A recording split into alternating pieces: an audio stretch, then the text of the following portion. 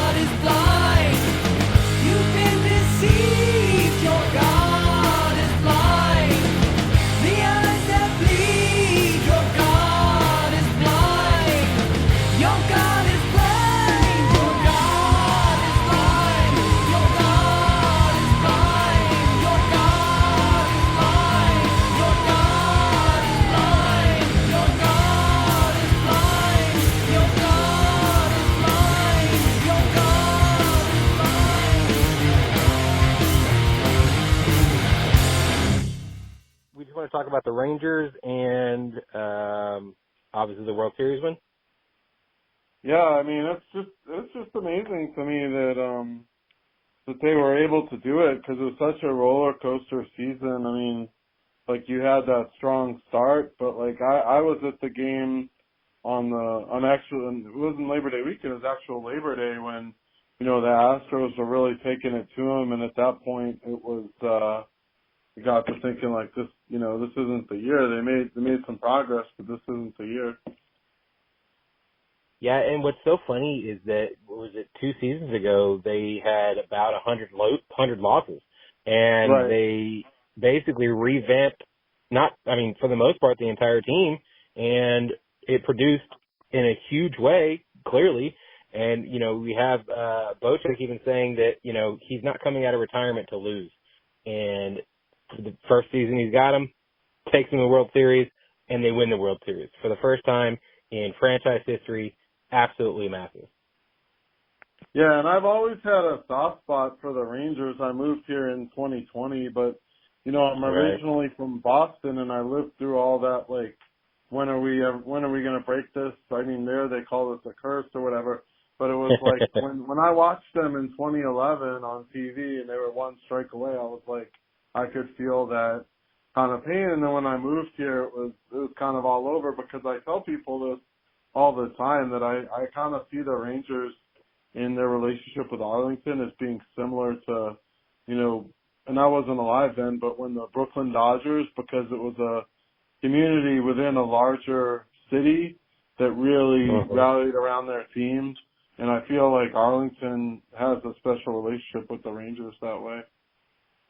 I mean, without a doubt, I've worked for the Rangers on the grounds crew for 5 years, the 3 years leading up to the World Series the first time, and then I think it was probably again in 2013 or so, I went back and worked for 2 more years. And what they do for not only the local businesses, but also just the local, the celebrities, and the mayor has always been a big part, whether it be Williams or now Ross, and then what they do for obviously the local sports teams as well, always having Stars players, Mavericks players, Cowboys, even alumni just coming in on a regular basis. And as much as they are for the city of Arlington, they're also for the Metroplex as well. Right. I've always loved that so much about them. Yeah, and it's, in the midst of the losing seasons that you mentioned, like those 90-loss, 100-loss seasons, I had a chance to chat with Mayor Williams, who I know just through mutual friends and connections, and I asked him, it was very much a hypothetical question at the time. I said, if the Rangers win, the parade would be in Arlington, right? And, he confirmed that. So it was never a question for me once I heard him say that. And I thought that was really cool that they were able to do it right here in Arlington. It really, put the town on the map with a lot of people outside of our Metroplex that may not know about it. Right. And, I mean, we had multiple school districts closed for the day so that not only the kids can go, but the faculty can go as well. And, I think they estimated that anywhere between 500,000 and 700,000 people were at the parade. I was obviously one of them. There was no way I was going to miss that for anything. And it was genuinely an insane atmosphere. And, the parade route wasn't very big or long, but it didn't need to be because you had all those people coming in from, I imagine, all over the country. I haven't exactly heard who all came from outside the Metroplex and outside the state alone, but I imagine there was people that, have grown up here, moved somewhere else, and they're still Rangers fans, so they would come in and check it out as well. I mean, obviously, when you were watching the World Series, even in the last game, once they scored that last run in the 8th inning and it was, 5-0, you could hear the chant of "Let's go Rangers" even more as they were just wrapping it up into the 9th inning, and I love that so much. Right. Yeah, it was really great, and I mean, none of the guys on the team will ever have to buy a drink in Arlington or probably anywhere in the Metroplex for that matter. Yeah. It's very true. And then you also have, the fact that Seager is, I think, now the only person to have won the MVP for the World Series in the NL and the AL. So I think that's absolutely amazing as well. Yeah, of course he won it in Arlington, because that's where the World Series was played during COVID. And then you also have to, feel a big sense of relief for all those guys who came so close in especially 2011. They came so close, and they kind of had to live with the agony of not quite getting it. And then now, like, they saw these guys get it, so that was really cool. Yeah, I remember seeing the picture the other day of Beltray holding the trophy, and I was like, this is, but there's that meme that also went around for, this is for Andrews, this is for Beltray, this is for Kinsler, this is for, all the people that were a part of the 2010, 2011 season that helped get them to the World Series. And then fortunately, the other teams were just better those 2 years, and, we can't fault them for that, but, one strike away a couple times in 2011, and it is something that people will never forget. But now they actually have some closure to that unfortunateness because, again, the Texas Rangers are the World Series champions for 2023. Yeah, and I think that in 2010, the Giants were clearly the better team, and they had a pretty good manager at that time too. But I think in 11, I think the Rangers were better than the Cardinals. It's just they made some plays. The Cardinals made some plays at the right time. But, be that as it may, it is a big weight lifted off the shoulders of almost the same way as when the Mavericks, they had lost the first time in the finals against Miami. They came back and beat them the next time. So it's kind of similar to that, but just a great feeling. And we're hoping that, UTA and the Cowboys, that they could kind of, build upon the momentum that the Rangers created, that the buzz, if you will, and just go from there. Yeah, and what's also great is the Rangers are now, if you count the four main teams here in the DFW area, they're finally the last ones to get a championship, and it couldn't have been a better team to do it. And now, we just need to start over again. Like you said, the Cowboys need to pick it up and actually win one. Stars have been killing it the last few seasons.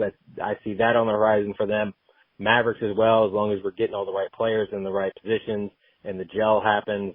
I think that this could start being a domino effect for the DFW area. Right, and then now the only team of the main four sports that hasn't won it is the Houston Texans. So I sent a text to some of my friends down there. I said, the Texans are on the clock.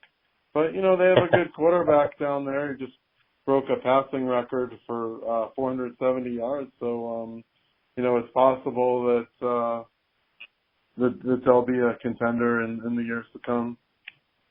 Yeah, I think so too. And, we're also hoping our local team, the Dallas Wings, they would, they got to the playoffs this year. Yeah, they've been far. Right there on the cusp. Yeah. So I just think they need to, they have that little extra push. Next season is a brand new season. Hopefully that will happen for them. Obviously we saw the XFL Arlington Renegades in their first season win their championship. We're curious what happens now with the merger there, but obviously, we want UTA to win as well. That way, just continue the momentum and continue the parades here in Arlington. Yeah, well, even you got the high schools, we got Arlington Baptist, so we're just pro Arlington for everything. Exactly. So, like I said, let the parades continue here in Arlington. Yep. Okay, well, thanks for having me. Appreciate it.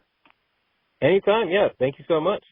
I'm here with Coach KT Turner, the new coach of your University of Texas Arlington Mavericks. How are you doing today, Coach? I'm good. So I know everyone else in Arlington is celebrating the Texas Rangers, but you guys are busy building for that 23-24 season. Oh, without a doubt, we're trying to have our own parade one day, so that's what we're working towards. But I'm excited for the Texas Rangers. I'm happy they won it. It's great for the city. Okay, great. And then, so I know you come from Kentucky, which is one of the blue bloods of college basketball. and coming to try to start something where there hasn't been a ton of history here at UT Arlington. What's that transition like? It's been very good so far. But I mean, it's two different worlds, of course. Like you say, Kentucky's a blue blood, and we're trying to turn this into something special. And both places, it does take a lot of hard work, no matter where you're at. And we're putting that work in here. Okay, great. And then did you learn a lot from Coach Cal while you were in Lexington? I did. I learned a lot from him. I learned a lot on the court, a lot how he operated off the court, with things that he was doing. Okay, great. And then, so what about kind of building the interest in this program? Obviously, like Arlington's a huge city, but maybe the interest hadn't been there in the way it has for some other programs. How do you go about building that? You said building the what? The interest, like putting people in the seats and everything. For one, I think winning here's a lot of that. We have to do our part. We have to win, and we're out in the community, invite people to games and things like that. So on campus, we can get a lot of kids on campus over to games and get some people in the community to come. But I really think at the end of the day, winning, when you win, people come out and want to see winning and see good basketball. Well, I know homecoming's always a big deal, and you guys are opening against another UT. I know it's a D2 school, UT Tyler. So talk about that game on Saturday. Yeah. Looking forward to that weekend. It's going to be a big weekend, and we have them coming in. I have not watched any of them yet. As soon as Will Roberts is over with, we'll start on that. But they have a lot of new guys. I do know that. So we won't know what to expect for real, but I think we'll get a game on them. They'll play one before us, but looking forward to homecoming weekend for sure. And then you guys, soon after that, you play in one of college basketball's historic arenas, which is the Pit in Albuquerque. I'm sure it has a corporate sponsor name now, but everyone knows it as the Pit. NC State won their championship there over Houston. And then you go from there on to Arizona to play another blue blood program in Arizona. So what do you think that trip will be like? It'd be a good trip for us. I've seen a lot of games in the Pit. I've never played there, but know a lot about their history. Their fans are insane, and they have some really good players, and it'll be a tough game for us. And then same thing with Arizona. They're top 10 in the country, so we just want to go in and fight those guys and play the way we're going to play and see what happens.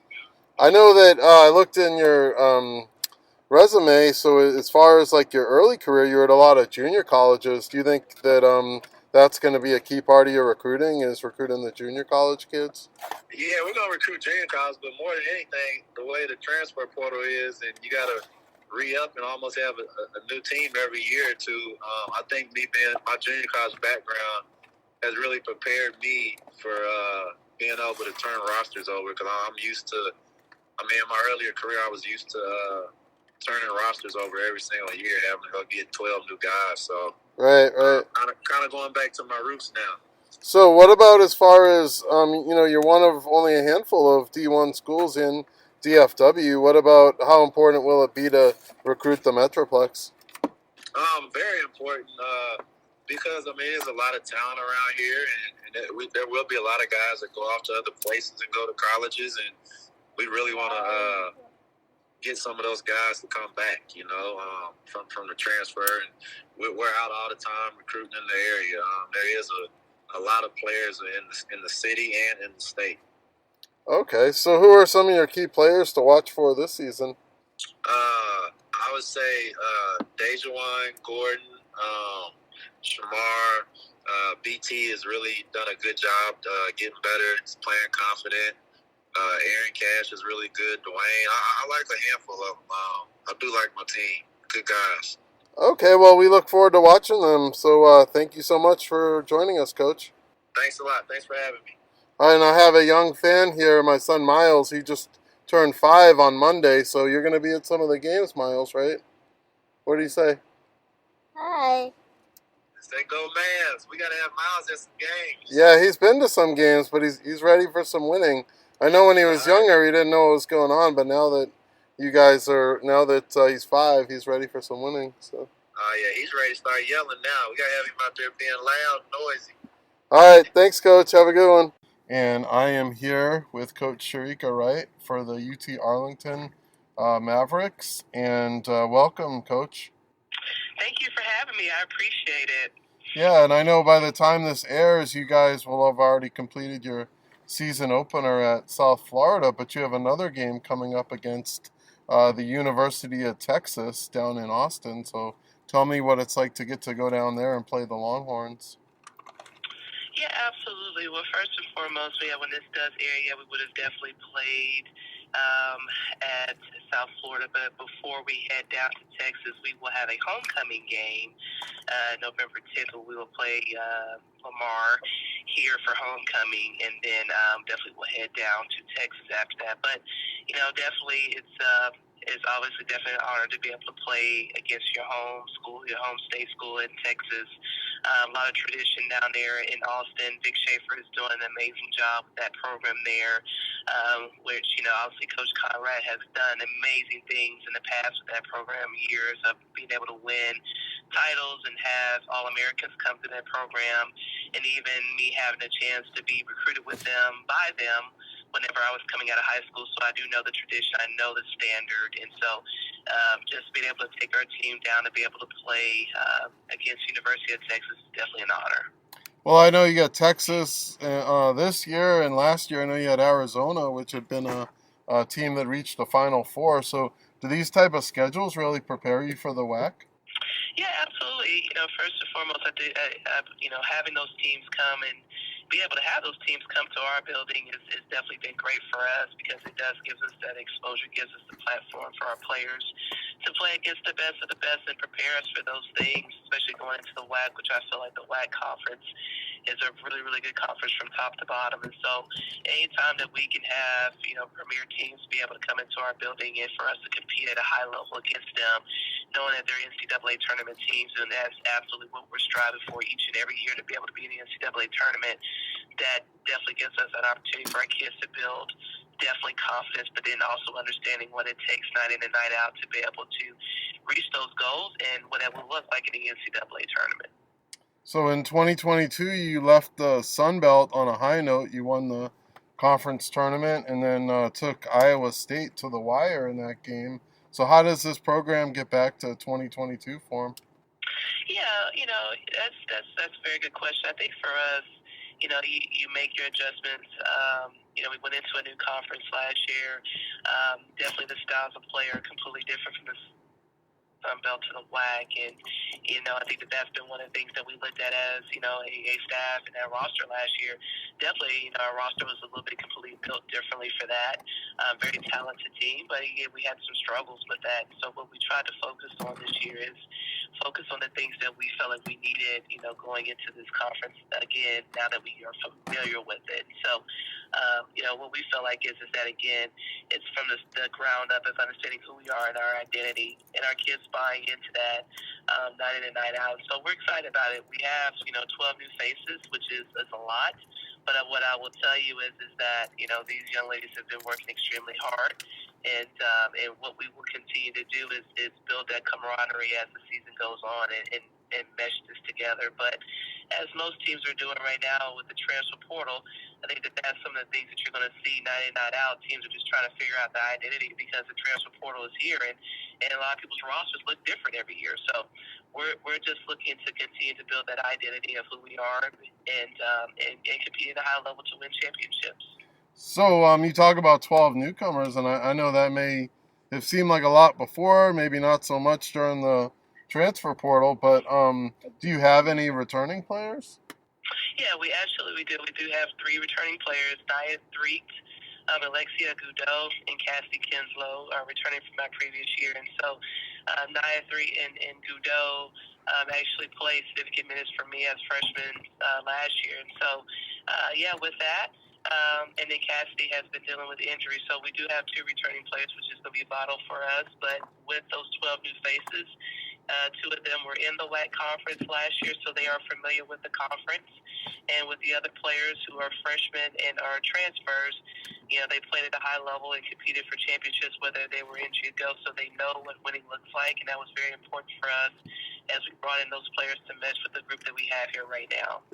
So one of the freshmen, I looked at the roster, was notable because from 2005 to 2008, I was a sports writer for The Record in Stockton, California, and got to see all those great Stockton St. Mary's teams. And one of the players I got to see there was Chelsea Gray, who's on the world champion Las Vegas Aces. But now you have Jemiah Perry coming in out of Stockton St. Mary's. How are you able to get her to come to Arlington? Yeah, absolutely. So Jemiah was a late addition for us. We had, a late transfer with Star Jacobs, and we actually, I knew her AAU coach, Sean Chambers, just from my passing recruiting when I was at Texas Tech. I recruited one of his players, and so we did spend a lot of time out on the West Coast, and we just so happened to come across, Jemiah late in the process, and she decided, it was a great opportunity for her to be able to continue her playing career. And we knew she came, as you talked about, from a powerhouse high school program. They've obviously had great players come out of that. And so Jemiah was a great addition for us to add late.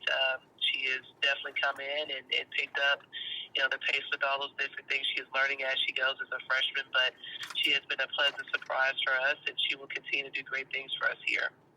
So do you think being in the WAC really helps you guys recruit out west to some of these schools that may have been more of a challenge beforehand? Yes, absolutely, especially when you're in the WAC because you're going to play on the West Coast. But I will tell you, I think, with us being in Texas, you do tend to have a lot of West Coast, players that are willing to come to Texas just because of the brand. And more so than anything, like we talked about before, being able to have the Dallas Wings here. So anytime that we mention that, I think that's a big-time seller for us, just for, recruits to say, oh, wow, that's something that they probably not thought of. And so, but we have connections here. And like I talked about before, when I was an assistant at Texas Tech, even at Alabama and even at Vanderbilt, I built those relationships out west. And so, anytime that I can call out those coaches, I think that that's probably one thing that has been notable for me is that they will trust their players to come out here and play for me. Okay. Well, thanks a lot, Coach. I appreciate your time and wish you the best of luck this season. All right. Thank you so much. You have a good one. All right. You too. Bye. Bye. Downtown Sports Wrap. Martin High School won the 6A district championship in football with a 30-29 win over Bowie. Brooks Brigant scored 2 touchdowns for the Warriors in the win. Larry Nichols had 314 all-purpose yards and 3 touchdowns in the loss for the Volunteers. Martin will open the playoffs by hosting Richardson Berkner, and Bowie will open the playoffs by hosting Dallas Jesuit. Arlington defeated Sam Houston 52-0. They'll open the playoffs at Highland Park. Mansfield Timberview finished second in 5A5 Division I, and Zurich Humes had 5 touchdowns in a regular season finale win over Dallas Bryan Adams. Mansfield Timberview will face Frisco Wakeland in the first round of the playoffs. Mansfield Summit finished second in 5A5 Division II. They finished 9-1. They defeated Ennis 28-21, and they will face Seagoville in the first round of the playoffs. In volleyball action, 6A8 volleyball champion Arlington Martin swept Richardson and lost to Prosper in 5 sets. Both Arlington and Lamar lost in the first round. UTA volleyball is 18-8. They have a chance to win 20 matches this season. The Mavs visit California Baptist on Thursday. UTA basketball homecoming is this weekend. The women host Lamar on Friday, and the men host UT Tyler on Saturday.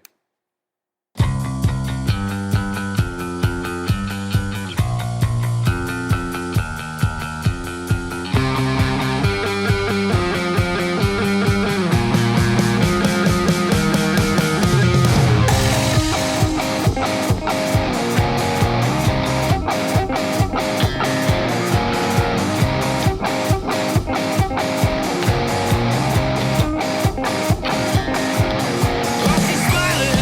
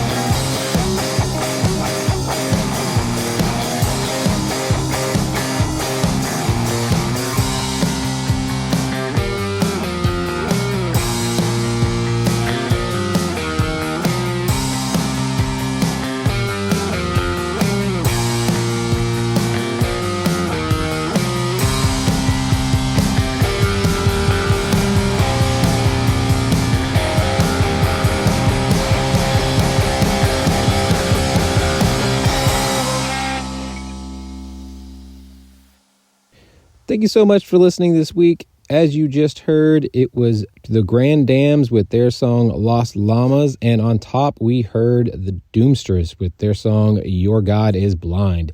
Again, keep checking out local music and local artists. They do it for you, and you should help support them. And while you're out doing all those fun things, make sure to head on over to Dr. Jekyll's, because every Monday is trivia night. That starts at 7 p.m. Also, every Monday is open mic comedy at 1851. Sign up is at 7:40. Show starts at 8 p.m. Every Wednesday is Jambo's Barbecue UTA Jazz Night, and that is from 5:30 to 7:30. And then every Wednesday is also trivia night over at Division Brewing. That is from 7 to 9 p.m. Play to win that belt. And if you think that's not enough things to do, every Friday we have Find Out Friday on our Instagram. Go check that out. So you get at least 20 different things to do in the city of Arlington, and it is so much fun. Now, while you're out doing all those fun things, make sure to go out and eat local, drink local, and go rediscover your city. Tag us and send those pictures over to us on Facebook, Arlington Citizen Media, Twitter, ATX Citizen Media. Tag us on Instagram, Arlington Citizen Media, and send those pictures the old-fashioned way. Email arlingtoncitizenmedia@gmail.com. Also go to our website, www.arlingtoncitizenmedia.com. Don't forget to subscribe and give those 5-star reviews of the Downtown at Apple Music, Spotify, Google Podcasts, and also hit us on SoundCloud, iHeartRadio, and YouTube.